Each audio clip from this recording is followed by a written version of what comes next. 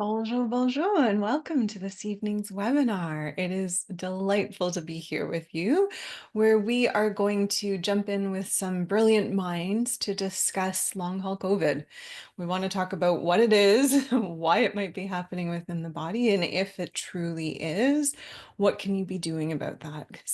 Because we all know within the medical community how prevalent this condition is and how profoundly exhausting and debilitating it can be, and how just even getting care to a certain extent, getting to a point of diagnosis can be exhausting by itself, let alone the actual recovery. So this evening, we hope to gently dance with you and to explore what exactly is long haul COVID and then what are we going to do about it? So to my brilliant panelists, Dr. Varden, Dr. Sapp, welcome, ladies. It is, as always, a delight to be seeing you guys. A pleasure and honor to be here. Thank you, Dr. Kosterman. Yes, thank you so much. And thank you everyone for joining us here. We're hoping that you will learn a lot and maybe find some ways that you can help yourself or find avenues to find someone to help you get through this if you are suffering with long COVID yourself, or if you know someone who is. Yeah. So just a quick comment. I saw Mindy is mentioned asking if we can turn up the volume. I just want to confirm in the audience and people who have joined us, can you hear us okay before we dive in? Toss into the chat a yes or a no. And I want to know now versus later if we need to make any sound adjustments. Okay, Mindy, what we'll have you do is we'll probably have someone support you with your volume because maybe it's something on your end, because most of the comments I'm seeing is that people can hear us, which is wonderful. Thanks everyone too. Yeah. Oh, I'm soft. Of course I am. All right. Is that helpful? Hopefully, maybe. Okay. So, before we have the conversation of the why, what's going on, and separately, what do you do about it? I want to make sure we're very specific on the conversation about what is long haul COVID and how do you know you have it, right? So what's the symptom presentation and what might that journey to diagnosis be? Because I will offer there's a lot of people walking around saying, I have long haul, and they may not necessarily, right? Because they haven't really truly gone through that workup. So why don't we start with you have COVID. It is lasting for more than CDC, I believe, says about 4 weeks, right? So it's lasting longer than you would expect it to, right? Okay, and we're not talking recovery, right? We're not talking a bad batch of COVID and it takes you a beat to recover. You're longer than that 4 weeks. After that, what are the symptom presentations, Dr. Sapp or Dr. Varden, that we're seeing of people who have true long haul COVID? Yeah, so it is important, as you said, Dr. Kosterman, to distinguish it from chronic fatigue, which is the most common finding I'm seeing in primary care practice. And there's a lot of drivers to that picture. You're right that people often assume it's long COVID. There's a couple of like hallmarks to it, as well as very general symptoms. So that's why it does make it a little bit more difficult to distinguish. I mean, the most common symptom is probably brain fog and fatigue, not surprisingly. Yeah. Muscle aches, malaise, sometimes respiratory concerns, definitely myalgia, like muscle pain. There's some specific biomarkers, though, that distinguish it. I have been measuring spike protein more commonly in my patients because both due to having COVID or also sometimes the vaccine triggering kind of, long haul type picture or autoimmune conditions that are pre-existing. It's good to look at that marker also, as well as some of the inflammatory markers like ESR and CRP. There's CD4 and CD8. And I know you had yourself, as well as Dr. Varden, a couple of very specific markers. I don't know symptomology wise if there's something, Dr. Varden, that you're seeing in the research that really kind of stands out in differentiating it from other forms of chronic fatigue. Well, one of the hardest things is that it is more as a syndrome, Mhm. varied symptoms. Yeah.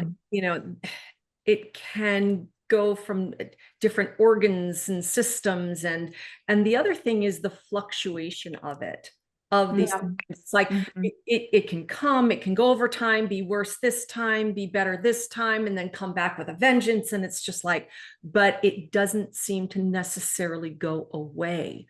Mhm. Um, I Yeah. have a cousin who lost his taste and smell. I mean, had Mhm. any other symptoms, but that really seemed to stick around. Yeah.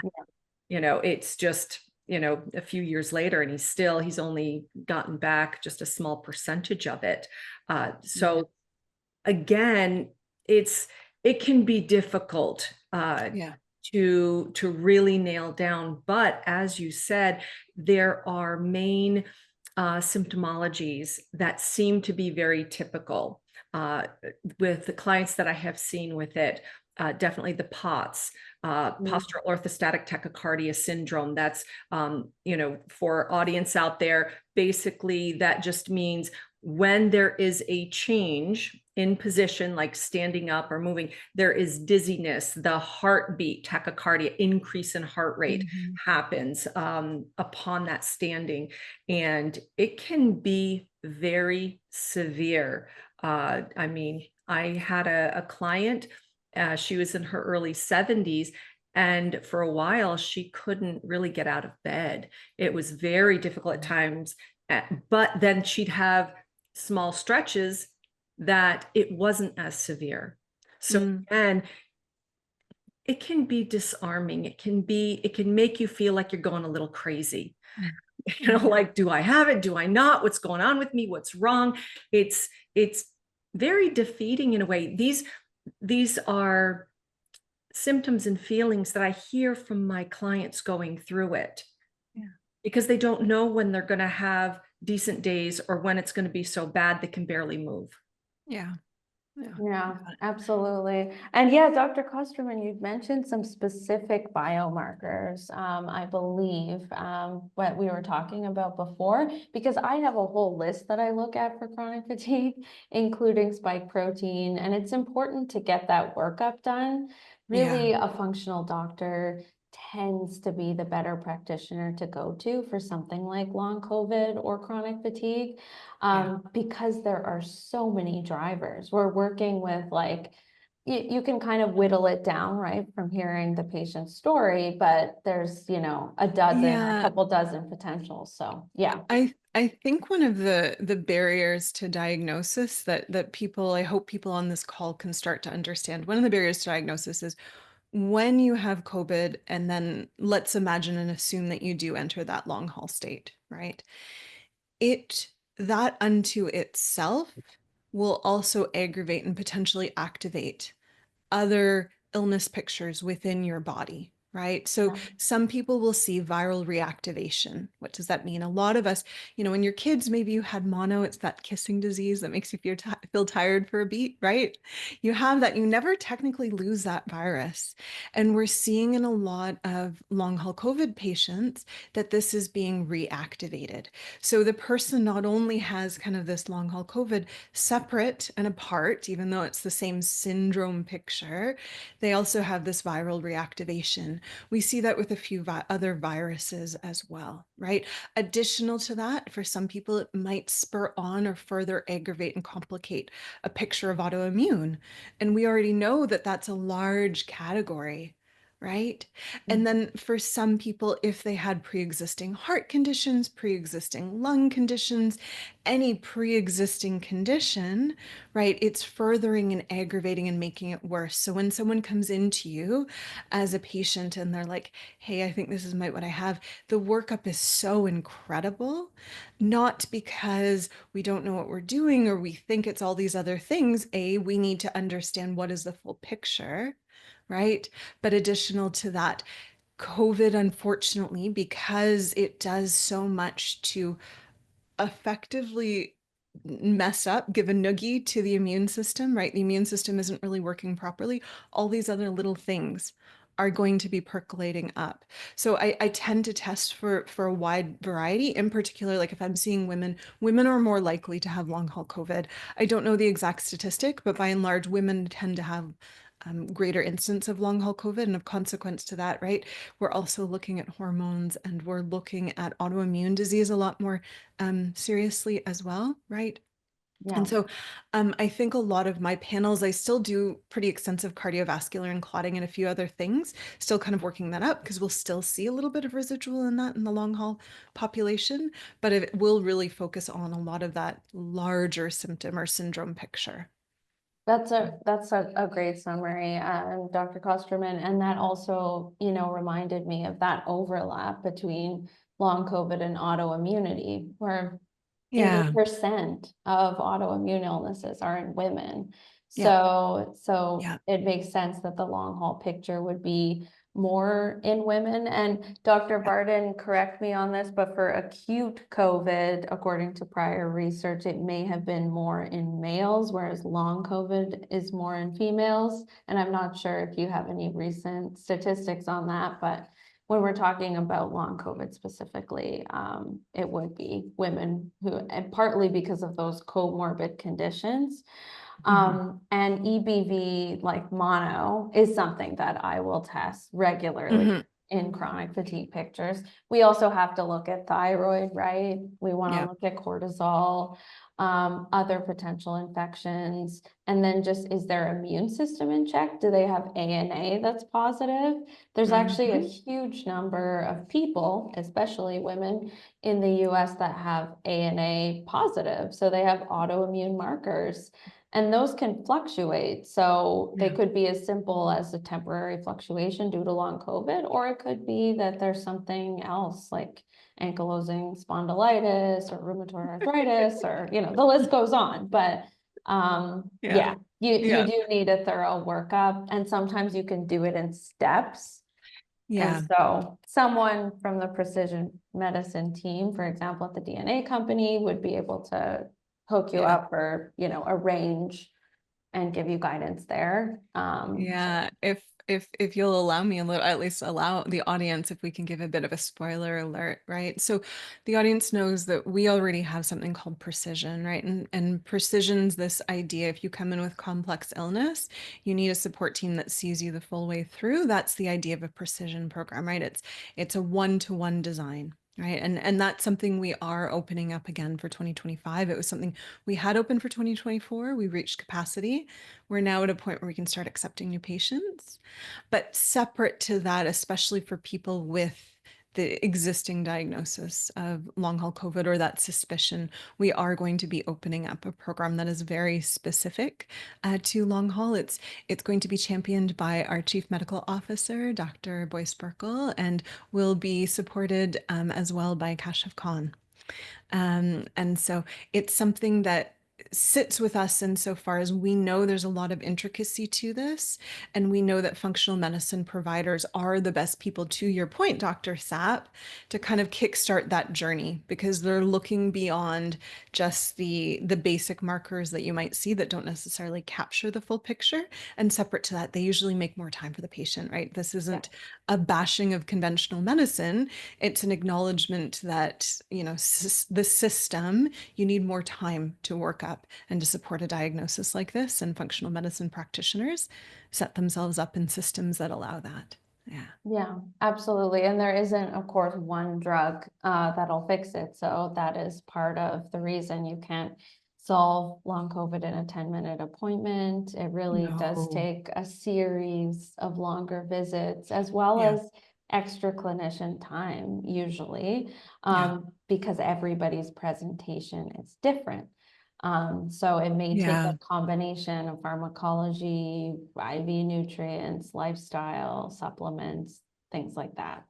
So, Yeah. yeah, And time and patience as well. yes, Right? Time and patience, because it's when you look at those who have successfully navigated their way out, right? The diagnosis took a while because teasing out all the elements that were involved took a while. And then plainly, and this, we're going to get into mitochondria. This is why the audience is here. I promise we're going to get there in a second. But because mitochondria is so impacted, and we know that directs immune system, as well as energy systems, right? When that is compromised, the recovery from that takes a while, because you have to support that recovery before you can then even support the body recovery, right? And so there Yeah. has to be time and patience and a plan to a certain extent from the care team. Yeah, I Which is think really that's important. such a good point, because I see that in my practice all the time, that when you have these kind of chronic conditions, especially things like Yeah. chronic fatigue or long COVID, it takes persistence over time and patience, Yeah. because you really can't rush the recovery process. It is months to years, that we're looking at in Yeah. COVID and related conditions, or long COVID and related conditions. So I think that's a Yeah. really good point. And I But know people do get Dr. better. Varden. Oh, sorry. Yeah. Yeah. There's also the fact of a lot of repositioning, as they're going through, maybe something, might be going a little too fast or is not working right now, and just kind of shifting and focusing elsewhere, and then returning back to that original idea. And then they have the energy, or they've progressed enough to be able to handle that next step. Yeah. But it really is a lot of hand holding, because that one client that I told you about, in her early 70s, and had such a difficult time, could barely walk 100 yards when Yeah. she first came to me, and went through a protocol, worked with her DNA, did all of the things, changing diet, different aspects, all types of, even some biohacking techniques. It took a good, I would say, 6 to 9 months. And then it's such a wonderful thing. I mean, it just warms my heart every time I think about it. She got to a point where not only did she lose like 25 pounds, but she was able to go hiking again. She was able to do these things, and she was on that progress. She was so excited to tell me, even when she just was walking a mile, I didn't have to stop to sit on the bench. I didn't have to, lay down for a couple hours after I cleaned my house, or I did this, because that post-exertional malaise is also a Yes. highlighted thing of long COVID. Yeah. And we'll get into the reasons why in a moment, in the way that long COVID, SARS-CoV-2, and spike protein affects mitochondria. So because they are directly related. Now, I like that transition, but I'm going to interrupt it slightly, because I wonder if the gods that be can put up the answers to the poll questions. So if you're joining us for the first time, it's really important to us that we serve you and why you're showing up. So we always ask poll questions to the end of what are you here to see? So if someone can pop up those poll questions for me, I'm not seeing them. There they are. Wonderful. Okay. So we asked our audience, have you personally experienced any of the lingering symptoms of COVID-19? And unfortunately, 30% of our audience has, or has ongoing. 21% have said they had them, but they're improving present tense. So still present within body, but on that upward trajectory. Beautifully, 40% of our audience has said no, but they know someone. So they're here, to the end of how do I support? And then 13% love this. They fully recovered. So congratulations. I am amongst you. I went through long haul myself, and mon Dieu, was it a battle? All right. The next question we asked was, which long haul COVID symptoms are impacting you, or potentially, if you're here for someone else, the other person that you know. Dr. Sapp, mirroring, echoing what you said, most people said chronic fatigue and low energy, about 30% of the audience. Followed up again, what you expected, which was brain fog. 30% of the audience, apologies, this was tied for number one. Also, if mentioned persistent inflammation and immune system issues, right? Which we know is one of those things that continually enables the long haul. We have 13% that said other, so please do toss that into the chat. I've seen within the chat from a few people, I forget if it was Dr. Varden or Dr. Sapp, one of you had mentioned like an incredible loss of smell, and I saw a few people within the chat that have mentioned that as well.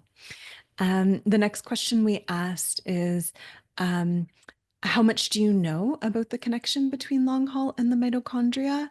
And about 50% of our audience is saying they've kind of heard about it, but they don't really know the details. So Dr. Varden to the rescue in just a moment. 30% of the audience is saying did not know anything. So again, Dr. Varden, toss on your cape. You're going to need it in a second. And about 21% here are the part of the glasses and the nerd squad who said they know quite a bit. And I'm excited for you guys. Keep us on point here. The last question that we asked is, what are you hoping to take away from today's webinar? 50% are saying they want strategies to restore energy and improve mitochondrial function. So we'll ensure that once Dr. Varden has her cape on and she's explained it all, we'll really focus in on what we can do. I know that Dr. Sapp there has a lot of really sound strategies because you see a lot of these people in your practice. The other things that are asking people wanting to know the latest research and medical insight and updates, nutritional supplements, which will kind of bundle with the strategies, and lastly, just a better understanding. 15% just kind of are tossing on their glasses and want to know what's up. So to that end, Dr. Varden, let's see this cape. Why don't you draw for our audience the connection between long haul and the mitochondria? I don't know how to say that in French. I need to learn that one. Dr. Sapp, do you know how to say that? No, I didn't study medicine in French. Oh, okay. I don't know. I'd have to check that. Good question. All right, Dr. Varden, le mitochondria. The accent on. That's good. So really, I mean, with the emergence of long COVID, we're talking about as a chronic post-acute sequelae, meaning that it's a condition that happens after an event, after a sickness. Okay, in this case, having SARS-CoV-2 infection. It has revealed a very complex interplay between viral pathogenesis, okay, so the insurgence of having a virus, and cellular host machinery, our cells, okay, because a virus, when it comes in, it doesn't proliferate all by itself. It takes over our cells and uses our cellular machinery kind of against itself, okay, it hijacks it. And in this case, particularly, it hijacks the mitochondria. And there's been a lot of emerging evidence that underscores mitochondrial dysfunction as a central mechanism driving that persistent, these persistent symptoms of long COVID, including the chronic fatigue, the cognitive impairment, that brain fog, exercise intolerance, that post-exertional malaise that we were talking about. Now, the mitochondria, as I'm sure many of you know, back from high school, the cellular powerhouses responsible for energy production. It also handles mitochondrial regulation, and they appear vulnerable to the SARS-CoV-2 induced damage structurally, functionally, and with genetic alterations that contribute to the systemic dysregulation. So there are studies that have highlighted and shown disruption in what we call the oxidative phosphorylation. Okay, that's the process of how our bodies make ATP and make the energy. And having increased reactive oxygen species, this is what caused the inflammatory cascade, what really triggers that, and causing that mitochondrial DNA, or sometimes you'll see it as MT, a small MT DNA. Okay, because there's a difference between mitochondrial DNA, which is We get it from our maternal lineage, okay? And then our actual nuclear DNA. They are different, okay? So the mitochondrial DNA is damaged, and that causes these perpetuating symptoms. So they have found that genetic analyses reveal these interactions between the viral proteins and the mitochondrial genes alongside other dysregulations of nuclear encoded mitochondrial genes involved in like immune signaling, metabolism. And this has played a very critical determinant of long COVID pathophysiology. And so when we look at it, when we're talking about structural and functional impairments, okay, that it actually SARS-CoV-2 infection induces direct structural damage to the mitochondria. It actually swells, it fragments, and the cristae, which are the folds inside the mitochondria, they get disorganized, okay? And there were some autopsy studies that showed the persistence of mitochondrial abnormalities in cardiac, renal tissues, okay, so heart, kidney tissues, long after viral clearance. And really that suggesting that persistent, and I hate to say irreversible, because, we still don't know.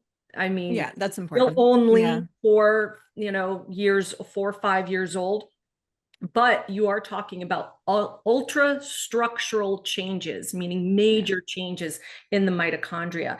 And that damage can compromise those natural functioning to make ATP. So we're reducing ATP synthesis, the energy currency of our cells.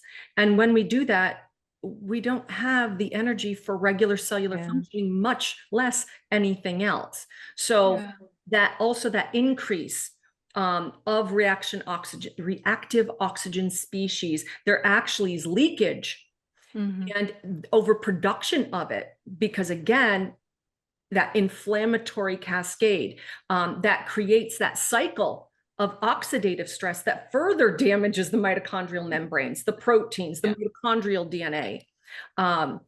So another aspect is that long COVID patients exhibit a metabolic shift toward glycolysis, okay, that using sugar mainly as fuel source.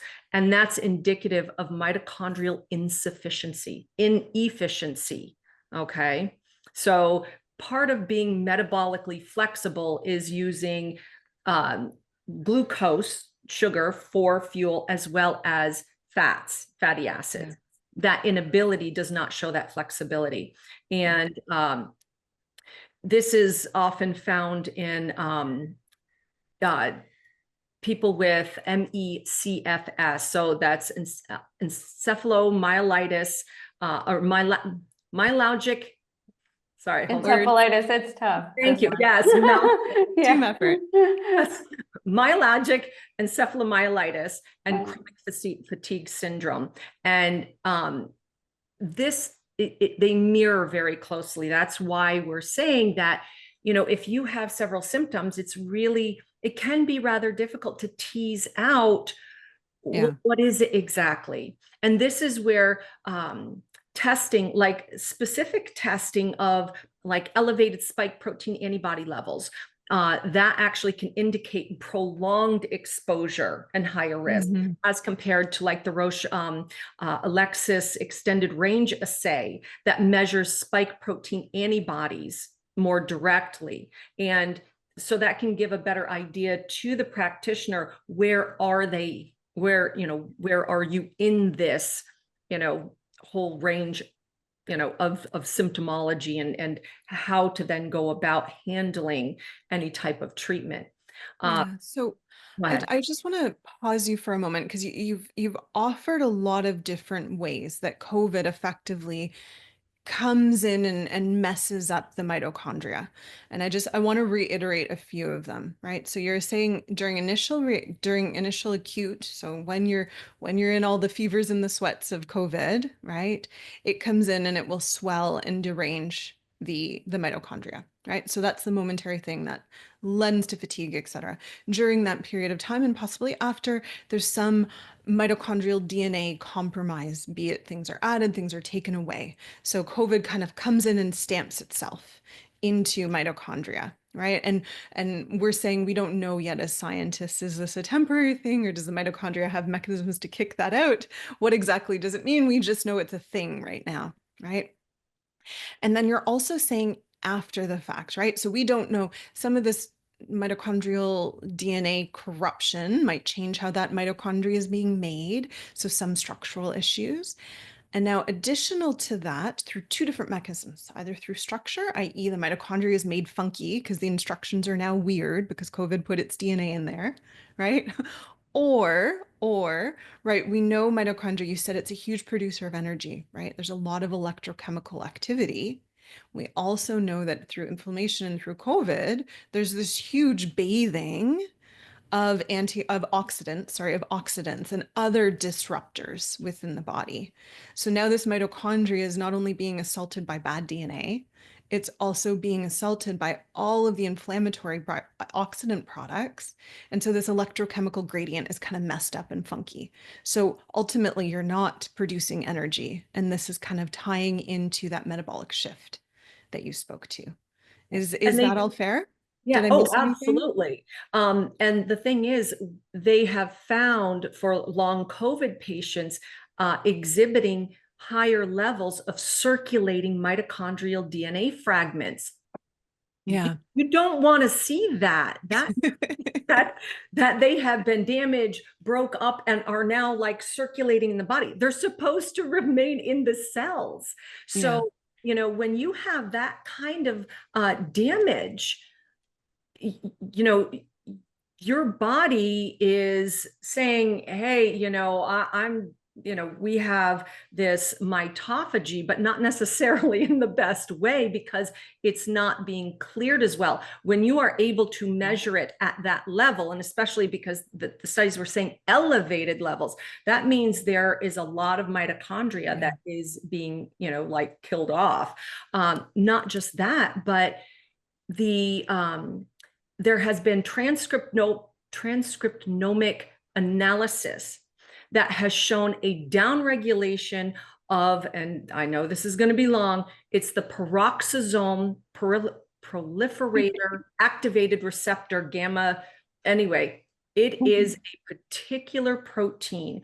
It's a master regulator of mitochondrial biogenesis.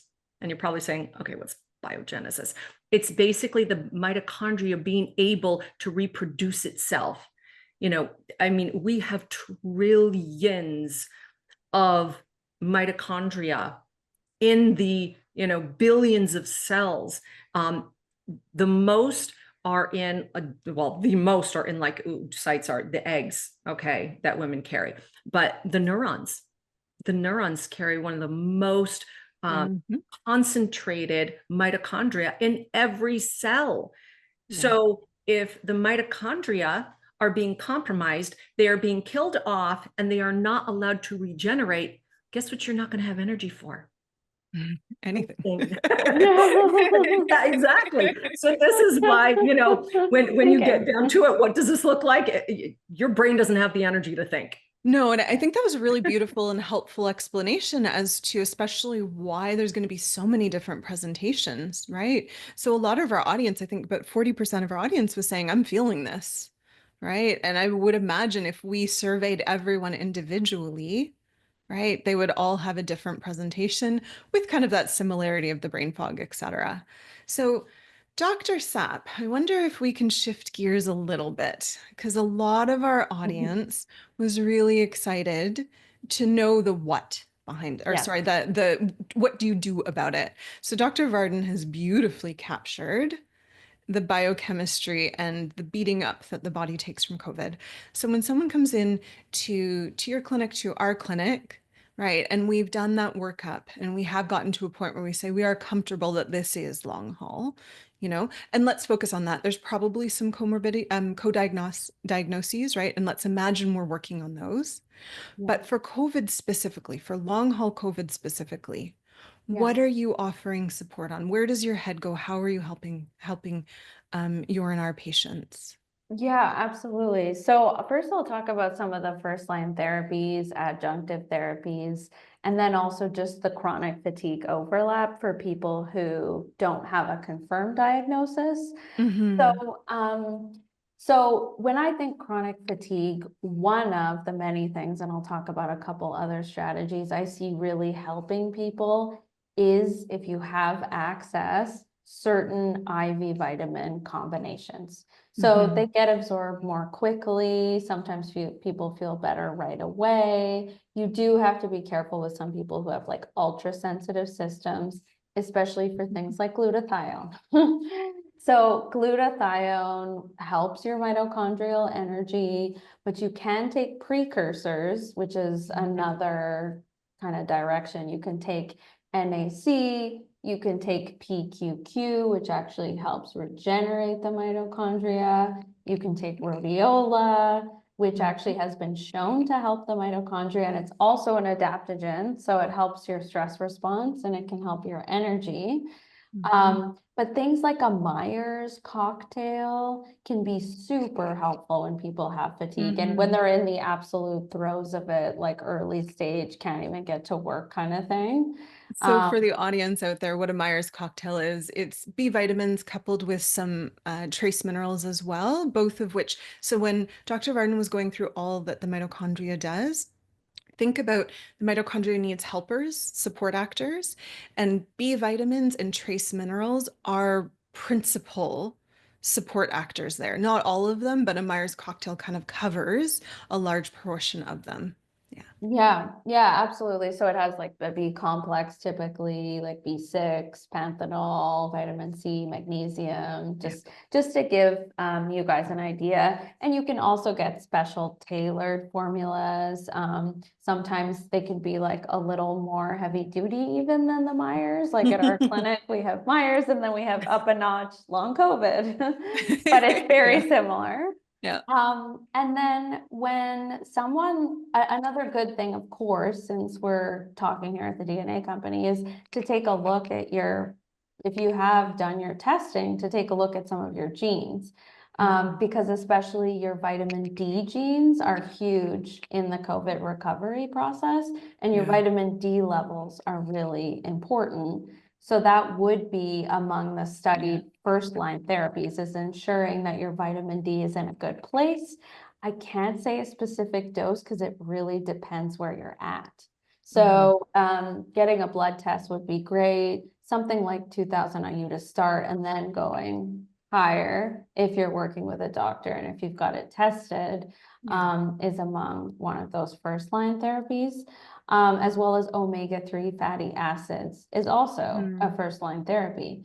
So that's like 4 grams of EPA. And I could really get on my soapbox about fish oil. It's something I'm very passionate about. I don't know if you remember Kosterman, Dr. Kosterman, our nutrition prof in medical school, and anyways, following suit.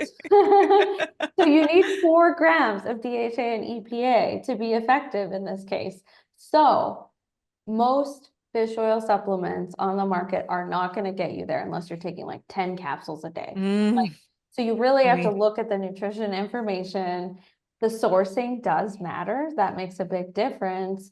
But also the dosing. So just make sure it's a quality fish oil. It hasn't been oxidized. So it hasn't been sitting on the shelf for years, not in the refrigerator, because it'll taste fishy. You'll have fish burps. You won't want to take it and it won't be as effective.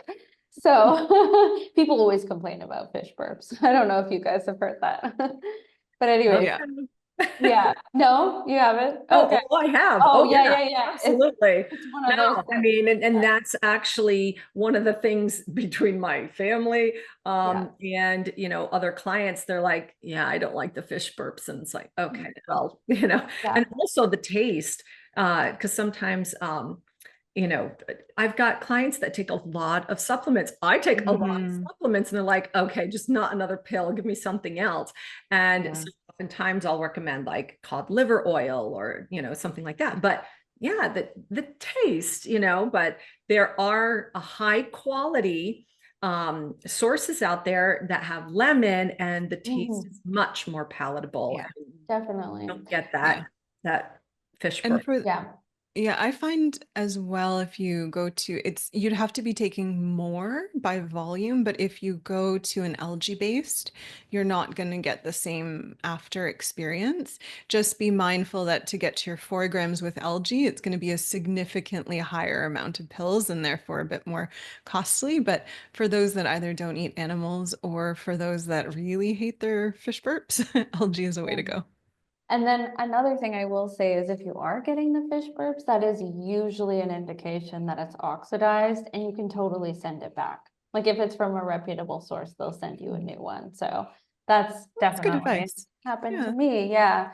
Um, but yeah, so I've had like really good quality fish oil supplements, but because of something that happened in shipping, I've got them, had the fish burp symptom, sent it back, got a new bottle. So you can do that. Unless it's Amazon, but anyways, they won't. Yeah, get quality sourcing, because there's a big issue with supplements, especially in the US right now. There's a lack of quality control, so I'll just leave it there. Another one is low dose naltrexone. If you truly Yeah. have long COVID and it's been diagnosed, that's a first Yeah. line therapy. Yes. I've had long COVID. I've also had mold toxicity. I've had EBV at reactivation. I'll just put this all out there. Like I'm also Dr. Sapp learning. is a canary. I've learned a lot of this firsthand and through my Yeah. patients and through research and, good sourcing. But yeah, LDN can be incredibly helpful Mhm. if it is actually long COVID. Mhm. And then another first line, which obviously you want this under a doctor's supervision because there are definitely potential side effects, is prednisone. And then the last one starts with an I. I don't know the legal status. Dr. Kosterman, I think you know what I'm talking about. I'll just put it out there, but this is not one that I prescribe, is ivermectin. So that's also one that is technically, according to the research, very effective. And then there's adjunctive therapies. So curcumin, there's black seed oil, vitamin C, ensuring your probiotics are, Yeah. that you have your microbiomes in check. So probiotics, everyone responds differently. So I would recommend if you're trying anything new, spread it out by 3 to 4 days, like And each I would dosing also at say least. too, I really want to encourage people who are on this webinar listening, because I've seen this sometimes in the sense they'll sit there with a pen and write down everything that we say in the webinar, and they will either all start at once or maybe they might even stage it as you were suggesting. But I would really, really, really encourage people, if you're battling or navigating something you truly think is long haul, it's profoundly important that you work with a provider, not only to understand do you have it or not, but very separate to that, how do you take all these agents? Which ones are relevant to you? Because Dr. Sapp has just kind of given you at least the first blush list. There's a lot of other agents, but she's given you things. And I would offer Dr. Sapp, Dr. Varden, everything that you've just listed. You wouldn't give that to everyone. You would No, take this as I'm going to take a few of these, but not all of these. this is And a laundry list, yeah, but not to be consumed all at once, especially not under the guidance of a doctor. There's so many things that could go wrong if you were to implement this all yourself all at once. yeah, I'll just yeah. say that. Yeah. Yeah, Uh, so I think be it our long haul program, our precision program, or another functional medicine doctor, ensuring you're getting people with experience to work to patiently walk you through this yeah. is really, really important.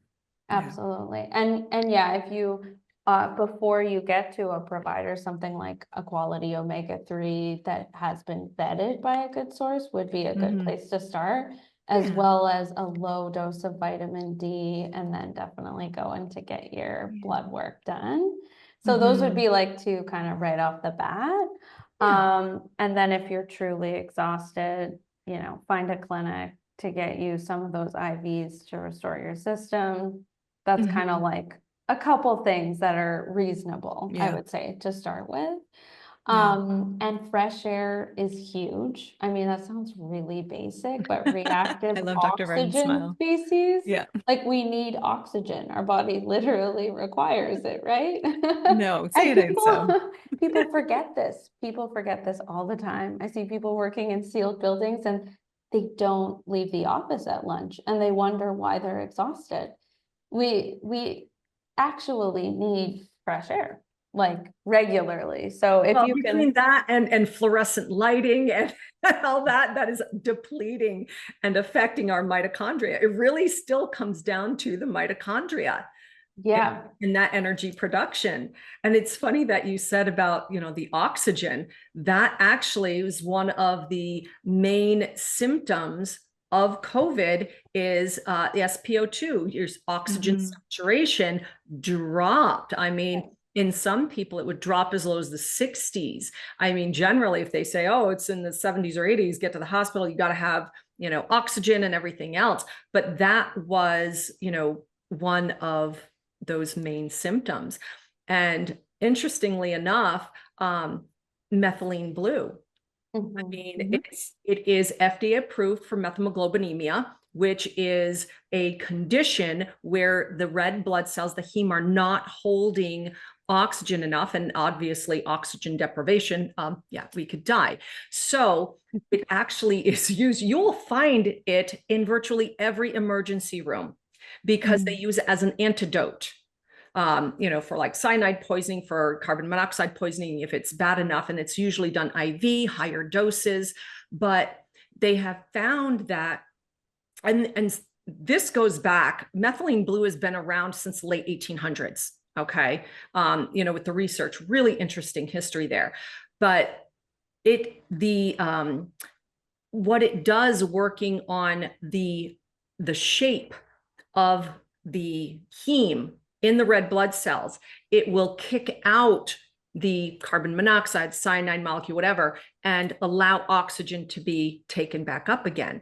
So in research, and other doctors were utilizing this, as off-label type usage, to help increase oxygen saturation. And it worked. Interesting fact too, is that methylene blue is the parent compound of hydroxychloroquine.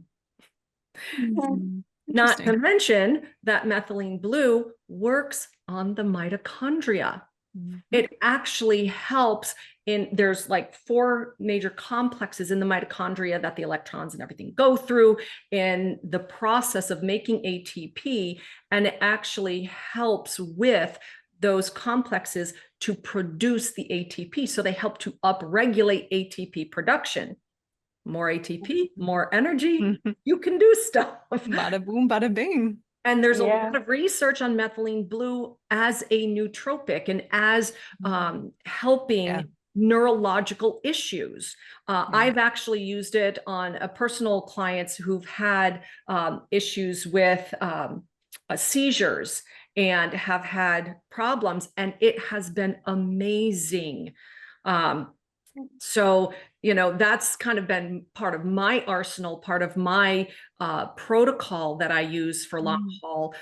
For COVID, shoot, I came up with a protocol back in late 2021 and, have kind of morphed as the science and information came out to be what it is today. But when you really think about it, what you need to do is you got to break down and remove the spike protein from circulating tissues, whether that spike protein came from the wild type virus itself or from a COVID vaccine. It doesn't matter. You still have the spike protein in your body. You need to get rid of it.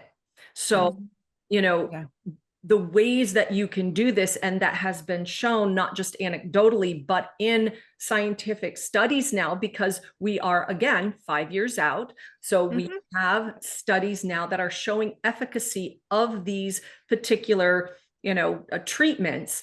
Some of the ones that I include, and let me know if you guys use this too, nattokinase. This is a fibrinolytic enzyme that's from fermented soybeans.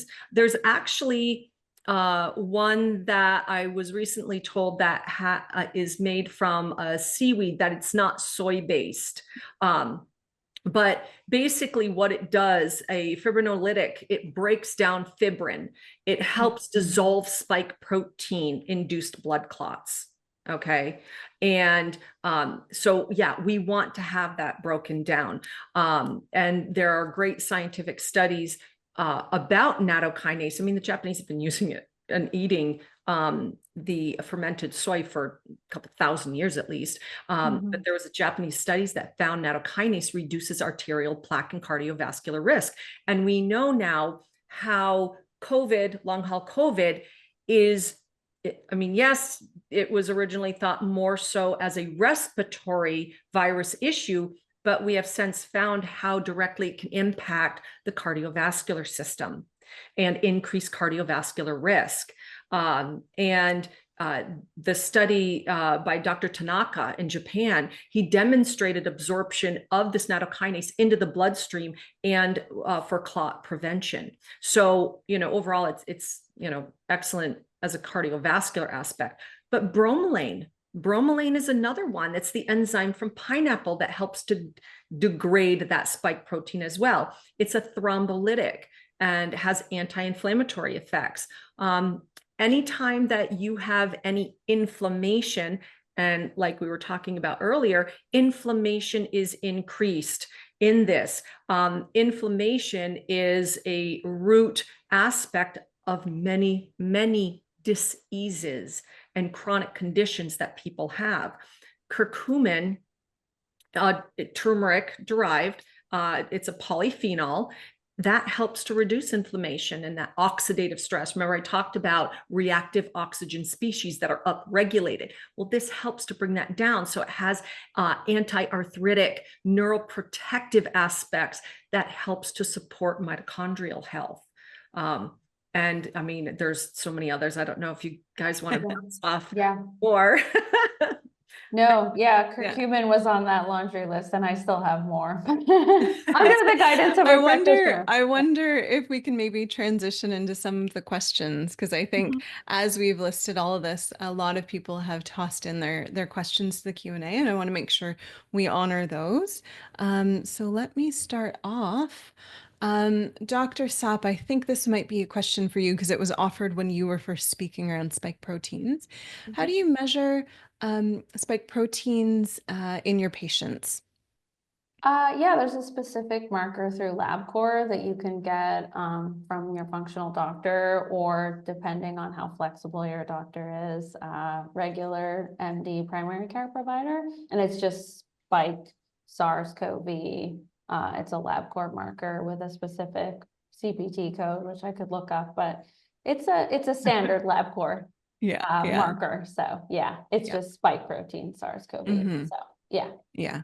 And I think the important thing too is, I think in particular, if people are going to be going to asking their care provider for this, just also asking your care provider, if this comes back as positive and concerning, what are you going to do about it? Ensuring they're literate as to next steps. In my mind, that's a really important thing when you go to your provider and ask for a test. If positive, if concerning, what are you going to do about it? Yeah, that's a good screening tool. Absolutely. Yeah. All right. So Jessica is offering a bit of a case study for us, ladies. It's in regards to her dad. So Jessica, just before we jump in, Jessica, just before we jump in, we're going to offer a few thoughts, but because we haven't seen your dad's medical records, right? Be very mindful that this is just kind of first thoughts, and you might want to take this to your primary care provider, or maybe have your dad come in and he can see one of us as well. So her dad is 75 and in incredibly good shape, just from a life of taking care of himself. After COVID for the second time, there's a lot of mood disturbances and depression, which he did not have before COVID. Now he gets dizzy spells, which is a little bit the POTS that one of the doctors mentioned, and instances of extreme fatigue and feeling faint. The tests he's had have not shed any light on the cause or solutions to these issues. Any ideas for him? So, I mean, I'd be curious what tests were run as well, right? But ladies, where do you want to start with this? What are your thoughts that you want to start on this? Yeah, so it sounds like, it does sound a bit like POTS or just autonomic dysregulation. And obviously electrolytes and more water would be important in that POTS protocol. You can also get your primary care doctor to do like a NASA lean test, it's called, where they're just looking at the differential between your heart rate between you in different positions. And it's pretty easy to do. If they can't do it, sometimes the medical assistant can. A general mental health screening like PHQ-9, GAD-7, see where their depression or anxiety is at, and definitely working with a practitioner, whether it's through precision medicine at the DNA company or a naturopathic doctor or a functional doctor, because there will likely be some more labs that you have to test for. So cardiovascular labs, inflammatory markers, metabolic markers, which end up affecting COVID outcomes. Yeah. Um, And I would even yeah. toss into that. When I was doing research for this, whenever I do research, I look on conventional sources and non-conventional sources.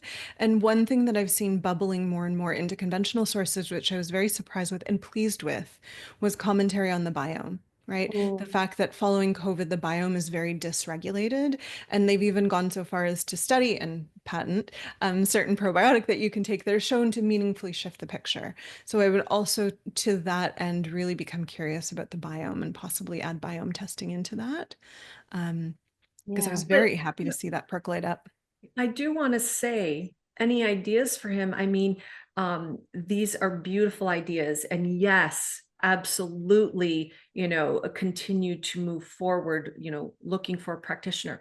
But there are foundational things that you can start with now, like making sure that any type of external toxic load is lowered. His immune system is already being overtaxed.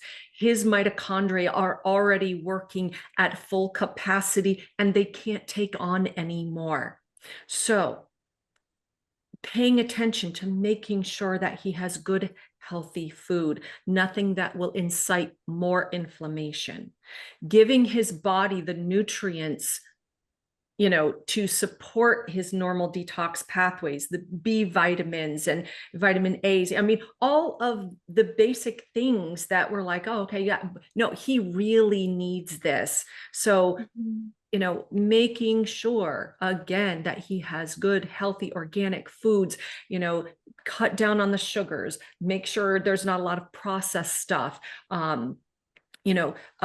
having good clean air, water, just making sure that the terrain is being cleaned up as best as possible. This is something you can do right now while you are waiting to get in to see a practitioner, to get these tests. Yeah. Support his foundation, and Yeah. that will help make the treatments, the more specialized treatments that the doctors that you are going to be working with or that he's going to be working with work even better. Yeah. And I think not just when just not to cut you off, Dr. Sapp, I'll come back to that in a second. I've seen within the chat a few asks, people saying like, hey, what's the standard protocol? You guys have mentioned basic things, right? And I love that you just said here basic things that you can do in order to get yourself to that first appointment. But I would offer, and I would imagine Dr. Vernon and Dr. Sapp both agree with me, there's no standard protocol, no 90-day protocol when it comes to COVID, because everything is so nuanced and based on diagnostics and based on the person before you. And that's why programs like our long haul program or precision program or other functional medicine doctors are so vital and important, because it's not this kind of one size fits all program. It's tailored to the individual. Dr. Sapp, I apologize, I cut you off there. No, I hadn't even begun speaking. You're so polite. It's the Canadian way. We get into I- traffic jams of politeness. That's what I was thinking. Yeah. I'm not used to it anymore. No, I'm just kidding. I just did want to add to that. So, in terms of Jessica's father, just a super low risk idea, would be high dose fish oil again. because it is on the list of approved therapies for psychiatrists. It's not, they often don't go to that because it ends up more expensive, and sometimes you end up having to take multiple capsules, but it is effective.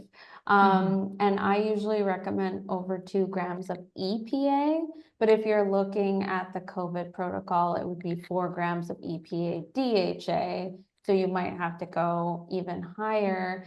And as long as he's not on a high dose of blood thinners, and he's not a high risk patient, if his gut can handle it, that could be an idea. But again, you want to check all this with a healthcare provider, obviously. But that one's very effective and low risk. So that could be a place to start with for anxiety or depression. So just adding that.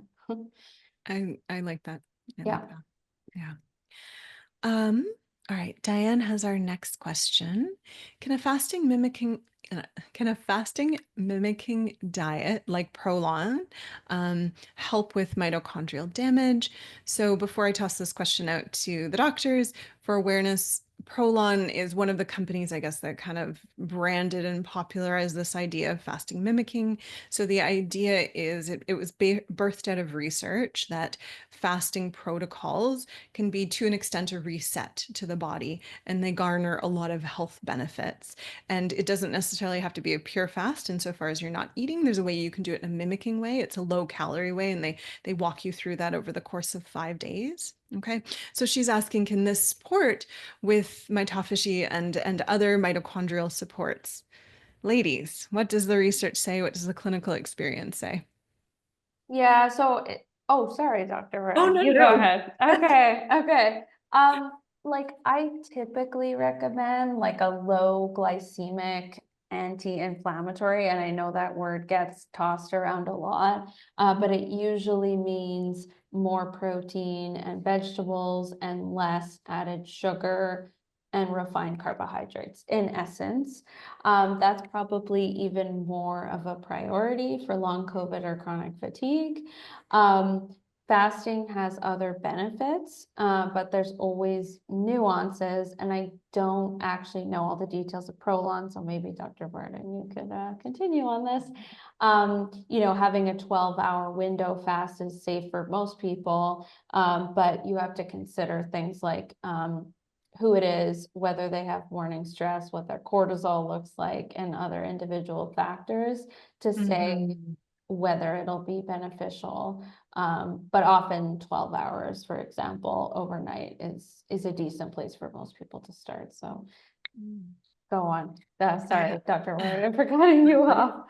Well, I mean, the fact is that, in research, they have found that fasting mimicking diets do have the potential to enhance mitochondrial function. It helps with mitochondrial biogenesis, and also mitophagy, getting rid of old, worn out cells, or in this case, mitophagy, self-eating or the dying off of mitochondria. Clearance, and then what I had talked about earlier with mitochondrial biogenesis, so the creation of more mitochondria. So yeah, intermittent fasting has been associated with that stimulation, leading obviously to improved energy production, overall function, so we would think, yeah, this would be good. But when you have someone with long COVID and having a lot of issues already, it depends. Fasting is a privilege. I like to tell people that it's a privilege to an extent of certain populations or the healthy. Yeah. Right. It doesn't say, and this is where there is that spectrum, because when we say fasting, we kind of put that in the all encumbered, several days. It doesn't necessarily have to be that way. Even if you have like 10 hours, 12 hours of not eating, you can start getting some of those benefits. Guys, that's if you sleep 8 or in bed, like 9 hours, shoot, you're already most of the way there. I'm not laughing at you. It boggles my mind that some people think like 12 hours is a fast. It amuses me, the concept, the way we engage with food nowadays. I Yeah. wasn't laughing at you, Dr. No, Barton. Just no, but I mean, it's funny because we've talked about this on other webinars before. And I mean, we had done a couple of webinars just about fasting and the differences of them, but just allowing the gut to rest. The mitochondria, or I mean, the microbiome plays a huge part. Well, it's our immune system.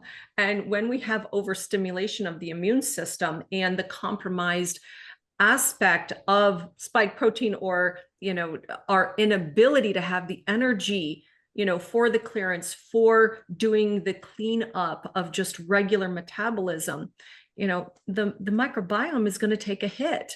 And this is what we were talking about at the beginning, when the other doctors were saying about autoimmunity and women and gut. Yes, it's all interconnected. So giving the gut a rest to keep inflammation down and allowing that cleanup to happen is beneficial, but it can look in many different ways, and starting slower and being followed by a practitioner, so that way you are not causing more damage. It's having that fine line of getting the benefits from it and not having any further problems. Yeah, it is a minor stressor to the body. So, yeah. Which is sometimes good and sometimes not good. So, yeah. All right. We have the next question here from Deborah. So Deborah's saying that in 2022, she had COVID and lost her sense of smell and taste for several months afterwards. So she's recovered it, assuming that time works that way. But she's finding now that she can no longer tolerate sugar. So before, she loved O. Henry's, and before she could eat them and wouldn't really have an issue with it. But now if she does that, she feels unwell. Anything sweet makes her feel sick to the stomach. She's wondering if we have any thoughts as to why that might be following COVID. I see Dr. Dr. Sapp. Let's hear it. Preach, girl. Oh yeah, sugar feeds everything. So sugar is basically awful. So it feeds if you have mold in your system, it'll feed it. If you have candida, it helps to feed viruses and helps them spread through the bacteria growing, and the list goes on. So it is possible you have a couple critters in your gut. I mean, most of us do. We want there to be like more good critters than bad critters in terms of our microbiome, but you could be feeding the bad ones. And then also it goes a little bit more the opposite way, where your metabolic health may affect your COVID outcome, but there could, I suspect, be some bi-directional relationship there, where perhaps you have blood sugar dysregulation or something else that has kind of increased since then. But it is really good that you're paying attention to those signals, because either way, it's not going to help you. It's really too bad, that we can't, all go crazy with the sugar, and snacking is like a lifestyle here in the US especially, but Canada too, but Canada yeah, too. We love I've read a few case studies that COVID can compromise digestive enzyme output, and so it would be something I don't think there's conclusive evidence to say it does or does not. There's just a few suggestive studies, and so I think monitoring this over time would be helpful to you, because if it worsens, it may not just be a sugar thing. Yeah, and other kinds of small intestinal bacterial overgrowths could cause like a poor response to sugar too. So yeah, it would be good to look into that with a provider also. All right. Michelle has a question here. Will hydrogen inhalation help upregulate / heal the mitochondria due to COVID, and ultimately lead to a healthier state? Poor little Michelle has had COVID quite a few times. So she's asking really inhalation of hydrogen. I personally have not heard of it specifically you know, like someone I know using it, but I do know that it has emerged as a potential treatment for helping with mitochondrial dysfunction. And when you start getting into the theory of it, so molecular hydrogen, it's very small, so can rapidly diffuse across cell membranes, allowing it to access and work within the mitochondria. And due to its primary mechanisms that are like as an oxidative, antioxidant, there we go, anti-inflammatory, anti-apoptotic, which just means that it doesn't allow the cell to, you know, die. All of those actions are very critical in addressing mitochondrial damage. So when you consider that molecular hydrogen selectively neutralizes highly reactive oxygen species. So there's that word again. Okay, there's the these molecules that create cellular damage. Okay. And these are things like hydroxy radicals or hydroxyl radicals or peroxynitrite, things like that.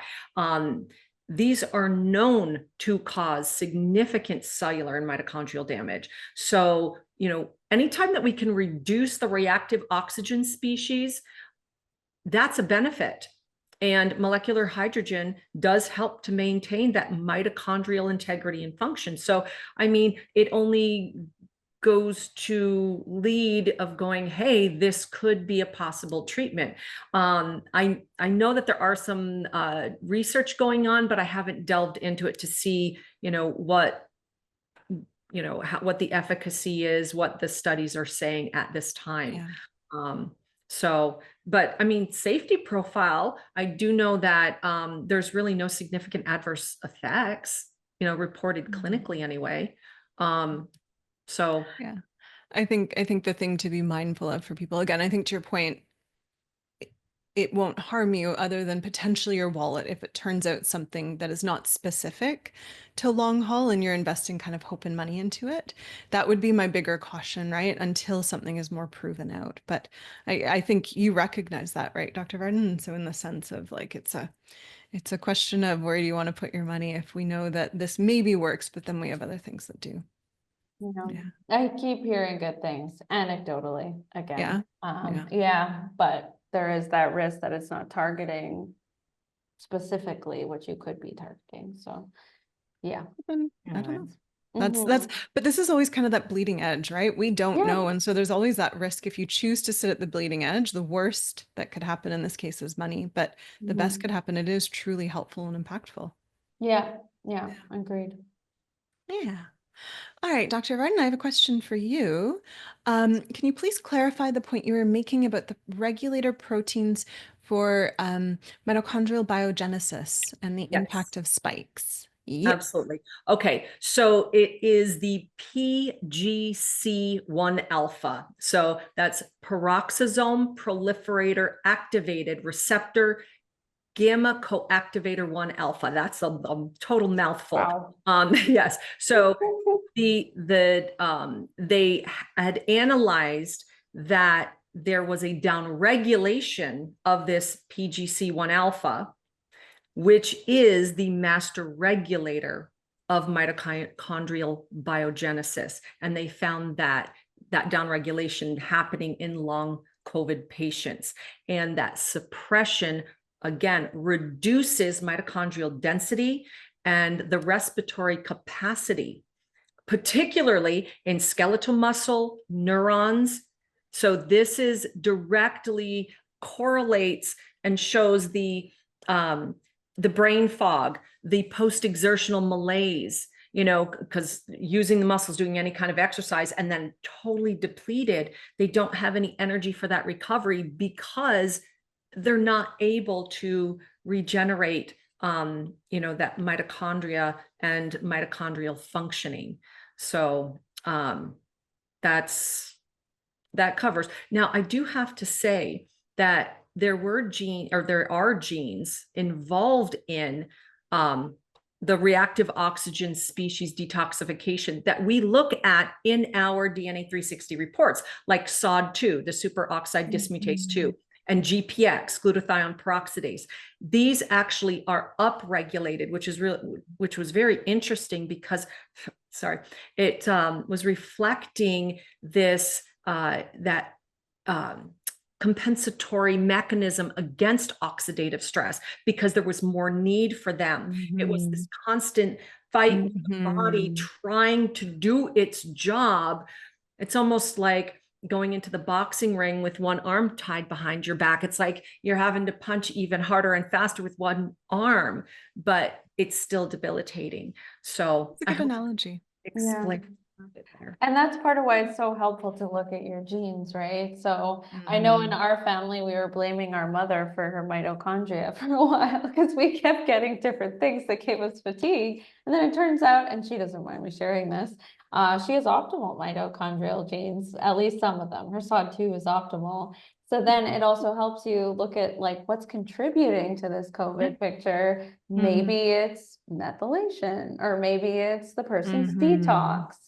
And then you can look at, different avenues for that. Like, should we go the anti-inflammatory route, or the B vitamin route with methylation issues? Should we go more like the NAC or the glutathione route for mitochondria?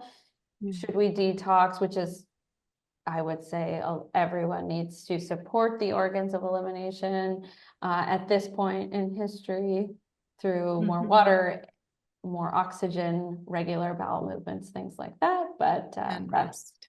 Yeah. And yeah, rest. because I don't want to make it sound like it's all doomsday, like, oh, here's the problem. It's like, no, we have solutions. Yes. Like, I mean, specifically for the PGC1 alpha agonists, which, are things for others out there who are not, doctors, agonists actually induce help. Okay, where antagonists block or go against. So things like bezafibrate, this enhances mitochondrial biogenesis and oxidative capacity. Ketogenic diets, that shifts metabolism toward that fatty acid oxidation, really alleviating that intolerance, basically bypassing that glycolytic problem or insufficiencies. Because remember, I said that, and we mentioned how that glycolysis is favored over that metabolic flexibility of being able to use fatty acids as fuel. So, maybe even shifting and working the diet a little bit to help push that can be very helpful. Supplements like L-carnitine that improve fatty acid transport into the mitochondria, so, Yeah, the mitochondrial optimizer is a great one. If you're tired and have bad mitochondrial genes, it's pretty safe for most people. So She's talking about a black label product that she may or may not have helped design. I have no financial interest in saying that, just putting it out there. I love that one. That was like the first mitochondrial supplement I ever took, and it's good. Yeah. No, I think it's really important because I think that directly goes after that and some trace minerals along. Yeah. Yeah. Yes, trace minerals, absolutely. Trace minerals are very important. Okay. The next question, my next question disappeared. So I think for the audience, just awareness, we're going to be taking one more question. A lot of people have tossed in some really, really good questions. And what we're learning from this webinar is that there's incredible interest here. And so we are going to be doing another webinar on long haul. So I want to acknowledge we're capturing all the questions that you've asked, and we're going to ensure that they are answered at some point in time. So we're not ignoring you. We just also have to be mindful of time. So we will have one last question here, and it's gonna be an aggregate or a composite question of several that have come in. I've seen nicotine patches a lot in our question section, and then a lot in our chat. Would either of you like to speak to kind of how this has come up, why people are asking after them, and do you see them as an effective intervention?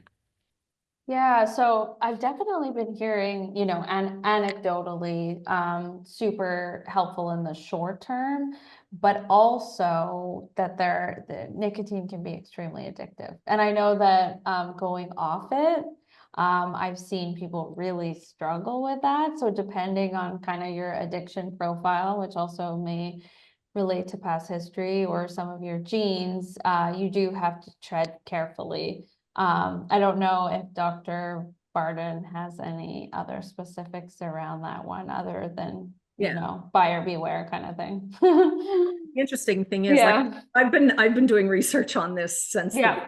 pandemic. Right.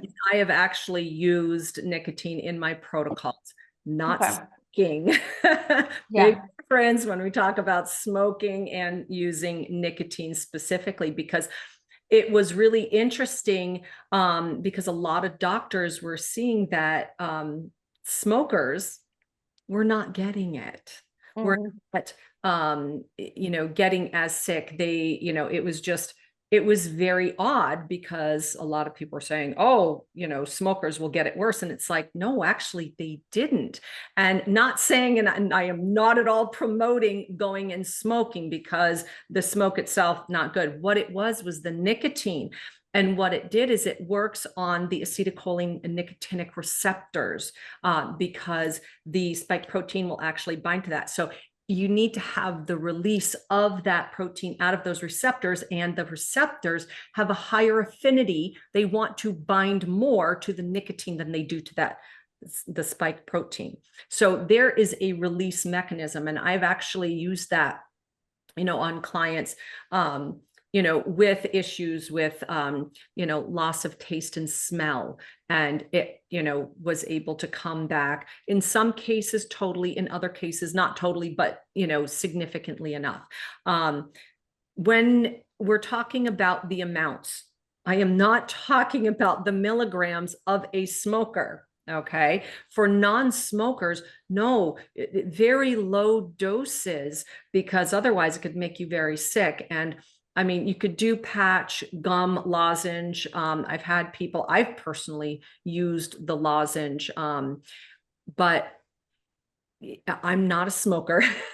So even with a small dose, you can start feeling some of the effects of it. And there is research as a nootropic aspect to nicotine. Okay. Yeah. So I'm not going to dismiss the neurologic benefits. So really, what it is starting low, going slow. We're talking maybe 2-4 milligrams max per day, for non-smokers. Okay. For smokers, I mean, yeah, they could, again, get off smoking. We're talking more like 18-20 milligrams, and then kind of weaning them down. But as long as it's well tolerated, that can actually be beneficial, because the fact that the nicotine blocks that spike protein interaction with the nicotinic acetylcholine receptor. So,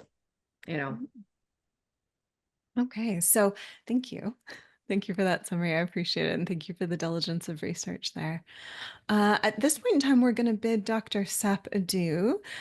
Given there's still questions remaining, Dr. Varden and I are going to stay on the line, and we're just going to close them up because it's important to us. If you showed up here this evening, we are going to honor that. So, Dr. Sapp, as Thank you always, so thank much. you so very much for the clinical expertise that you come in and you gift us with. Thank you so very much for joining us. And we'll have you back the next time we do a COVID webinar. Sounds great. Absolute pleasure speaking with you too. And thank you to the audience as well. And I'll see you on the next long COVID fatigue webinar, hopefully. All right. thanks, Sure. Dr. Sapp. Bye-bye. Okay, Dr. Varden. Yes. The next question I have here is from Kirsten. So Kirsten is asking, does getting more deep sleep help with long haul COVID symptoms? I know how much you love sleep. Do you want to dive into this one? Absolutely. And your bottom line is yes. Anytime that Spoiler you, alert. yeah, I mean, that's a pretty, bottom line thing, simply because that is the time that your body is really doing the repair. I mean, all aspects of sleep, your REM sleep, rapid eye movement, your light sleep, they are all important too. We don't want to forego the benefits of all the different partitions of sleep itself. Oh, to just say, oh, I just want deep sleep. Of course, your body's going to do what it's going to do anyway. But yes, you do want to try to, propagate and do the things so that way you get more and better deep sleep. This is also a time that the brain, the lymphatic system really takes over. So the glial cells will actually shrink up to 60% of their size. You get like this dishwasher effect of the brain just getting cleaned and cleared from metabolic wastes and proteins and everything else that happens during deep sleep.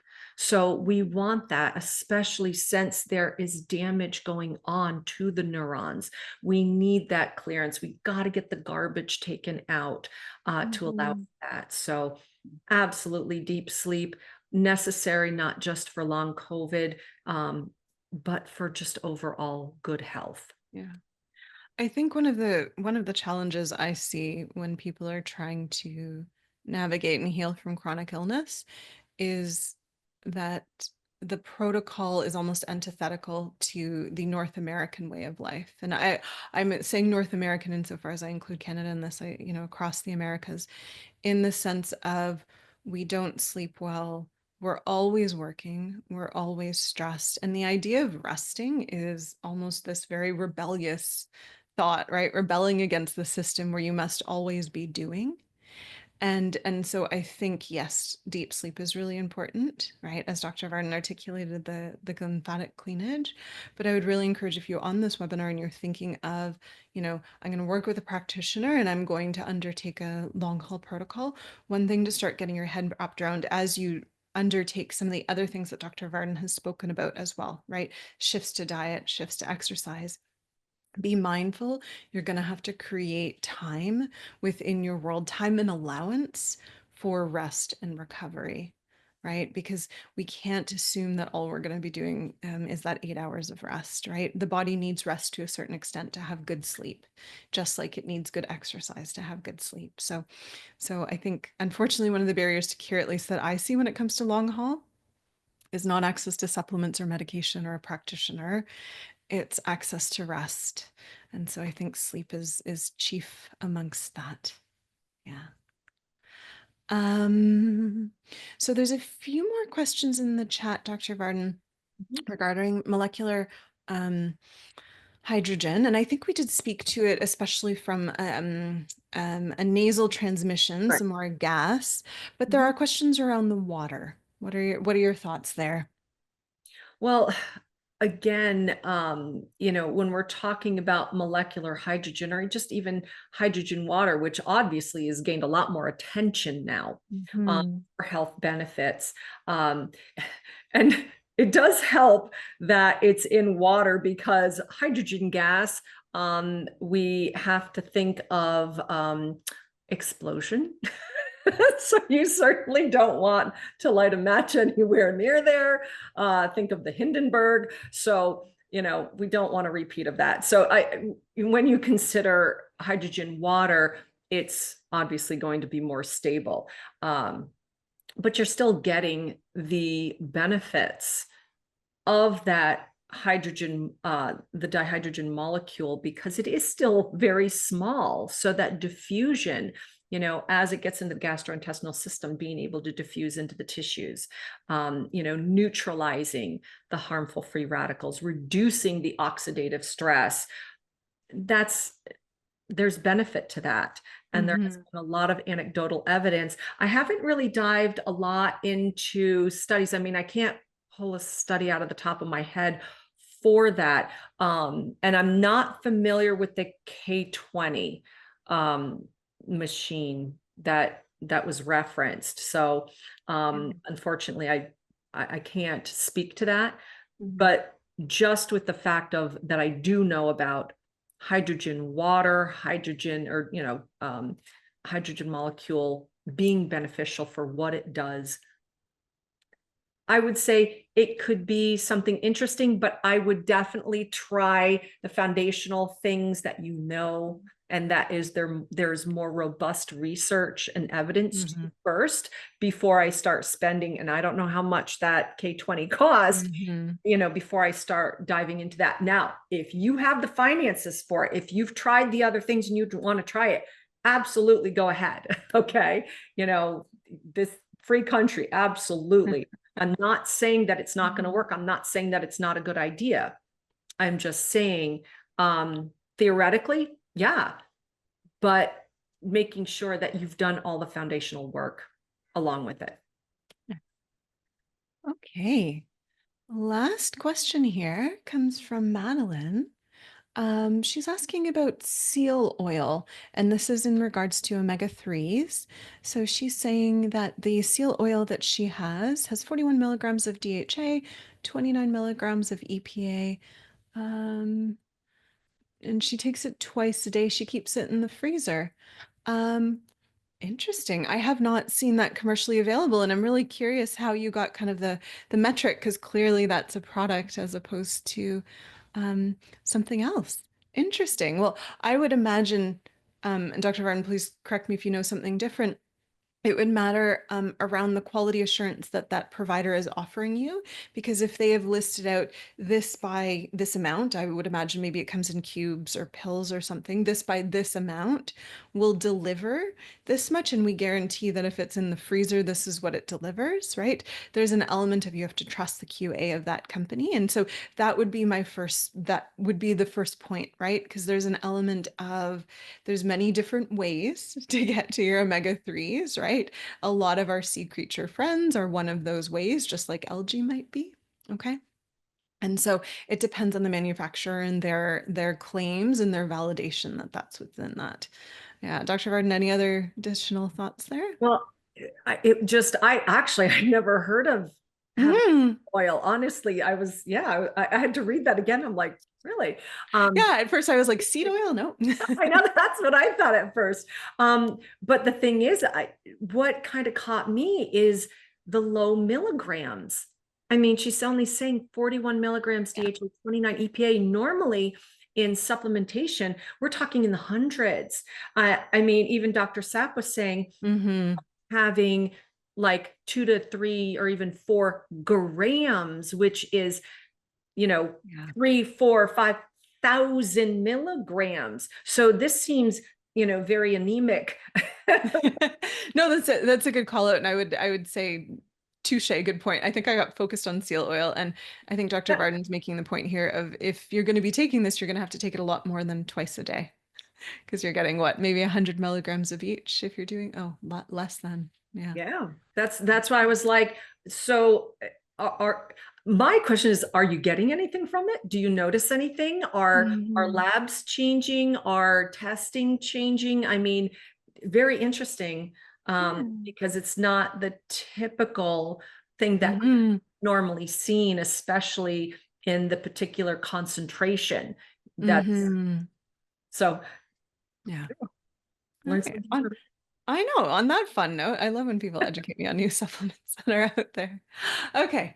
On that glorious note, Dr. Varden, thank you so very much for joining us this evening. And to our audience, thank you so very much for joining us. It warms my heart that you're here. It also pains my heart in the sense that this is such a need within the world. And so we will stand up and rise to that need through future webinars. So check us out in the future. But separate to that, through our Precision program, which is now open for 2025 again. So if you're interested, shoot an email to CEO at the DNA company. We host a panel and we intake people. We want to make sure that it's the appropriate program for a person. So we don't just accept people. What we do is we sit with people and we say, hey, what's going on? Is this an appropriate fit for us? And if so, how are we going to help you? It's a one-on-one plan. And so the 2025 year is open. And I know, Dr. Varden, you had quite a few people within the Precision program that saw marked success, right? Because you have that not only that care and that passion, but you were afforded that time and space to give them your care and your passion.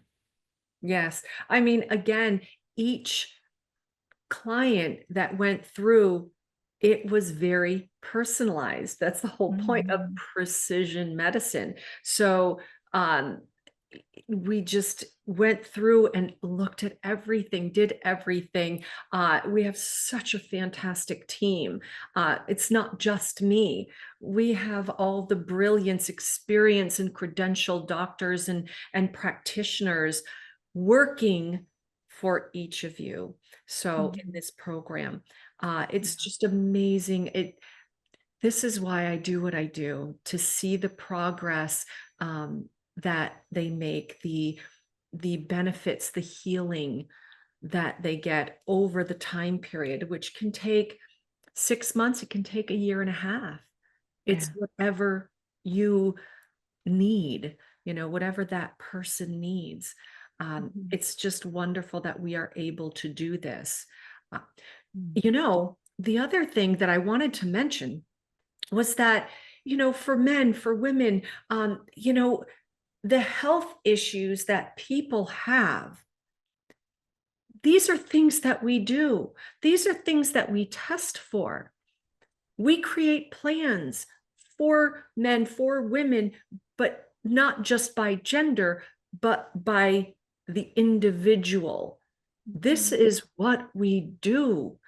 Let us help you, because I'll tell you, with the uncertainty of what is out there, in the medical system, and having someone who will listen to you, who will validate you, it's like, oh, labs are looking fine, but I still feel like crap.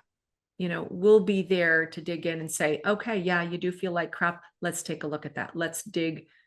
Let's find out why. And then do the things that need to be done to help in a holistic manner. We're not going to leave any stones unturned. Yeah. Yeah. I love that. Okay, Medell, I think it is time that we bid everyone adieu, and I think it's dancing time. All right. So everyone who's joined us, thank you so very much. Keep checking your email, because we will talk about when we are doing our next webinar, and keep your email as well. We have various summits that are coming up. We have the HE Summit coming up next week, which speaks to men and erectile dysfunction. So all things penis and sex and male and glory. And then following that, we have a webinar coming up, I believe in a month or two, that's going to focus on females and infertility. And I believe the 25% off the HE Summit ends tonight. So thank you. having Yes. signed up, do so ASAP. Okay. All right, mes amis. Au revoir. Au revoir.